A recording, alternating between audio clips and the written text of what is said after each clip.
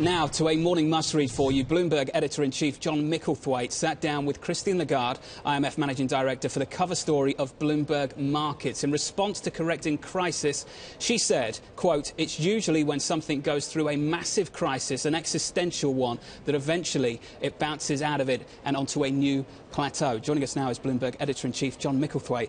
John, the tone seems to be that things could be fixed, and they could be fixed quite easily, but they're not being fixed because we're not at crisis mode. If only there was a crisis. Or it's a very strange thing. You have this organisation which is there to deal with the things after the crisis, and yet usually the only way they can get people to do the things that might prevent the next crisis is almost to drive the things off the edge. It's like it's back to one of Matt Miller's cars. You have to go right the way to the edge of the precipice, nearly go over, and then maybe it gets a bit better. This, as we hear, the IMF might actually lower its forecast and so forth. So how does she intend to sort of simulate a crisis, if you like? I think even that. I think the problem for her is that the world is quite good at simulating crises even without her. So she sits there and these things come towards her. And I think really the euro crisis, I suspect, is the one which is imprinted on her brain, because she had that right from the beginning. She was France's finance minister. And throughout that entire history of that crisis, it's always a thing where it goes all the way through, and at the last moment it doesn't. Just comes back and they kick the can down the road again, but they never quite solve things. And so she sat there watching this for a long, long time. One of the things that I took away from your interview is you had a fairly detailed discussion with her about the sort of reforms she would like if there were a crisis. She took you through what she'd really like to see done. She would like to have seen all the things to do with capital and banks sorted out much more quickly. She's intrigued, I think, by the way that some places, Saudi Arabia, some places are looking at consolidation, but she's moved the IMF generally away from being this sort of famous tough doctor. I think they've learnt a bit from Greece. In Greece, they imposed these incredibly hard conditions, and the economy shrank so much that actually it caused more trouble than it was worth. And she basically admitted that was a mistake. Yes. In your interview. Very clearly. I think to be fair to them, they've gone back through that before a few times, but it's been a very difficult time. And she talks a bit about this idea of fiscal space, that people should have fiscal space to do things, and that by itself I think is quite revolutionary. Because back in the old days of the IMF, you used to meet these people who would have said, look, there's only fiscal. Whenever you think about fiscal space, it's only going to be there until it's gone. They would question all that. But it feels like all she has to do is open her eyes and there's a crisis. We have the migrant crisis, we have Greece back in crisis, there's a crisis in Latin America in several different countries. Is sub 1% US GDP not a crisis? Yes, I think she looks, and her view of the world is, wouldn't it, really it's beginning to get better. But as you say, you look right the way around the world and all you see is more of these crises coming towards you.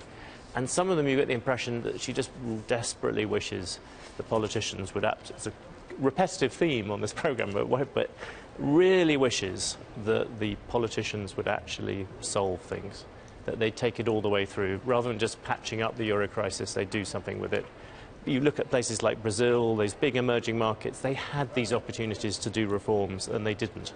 John, trading floors on Wall Street, on the City of London, if you're up late in Asia and you tune into Bloomberg Go, a cynical bunch that say, why does Lagarde and whatever she thinks mean anything to me? And when the IMF come out with a growth forecast later this week, why should that mean anything to me? They're constantly behind the curve. What is the IMF's role at the moment, John? They are the lender of last resort to the lenders of last resort. If your central bank gets in trouble, and you think of all the hours every trading floor now spends obsessing about central banks, somewhere behind that is the IMF. The IMF is the firefighter in the end, and if things get into trouble, you have to rely on them.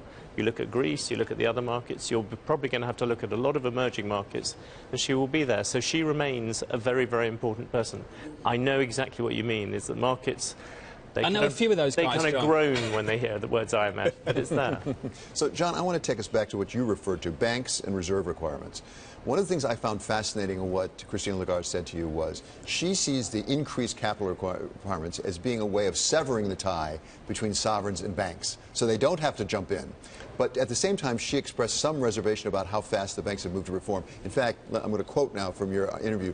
In banks, it's taken longer than it could have, and I think that's partly due to the financial sector players themselves and their reluctance, for instance, to increase capital, particularly to have core Tier 1 capital right from the get-go. Well, I think that's true. You look at what's happened in America, America on the whole, banks agreed to these things quicker. They did a lot of lobbying, but they got the thing through. In Europe, the banks have been part of that endlessly slow process about trying to do reforms. So what's happened in Europe is that the banks fundamentally have not gone through the same degree of writing off loans, doing the things that the Americans have done.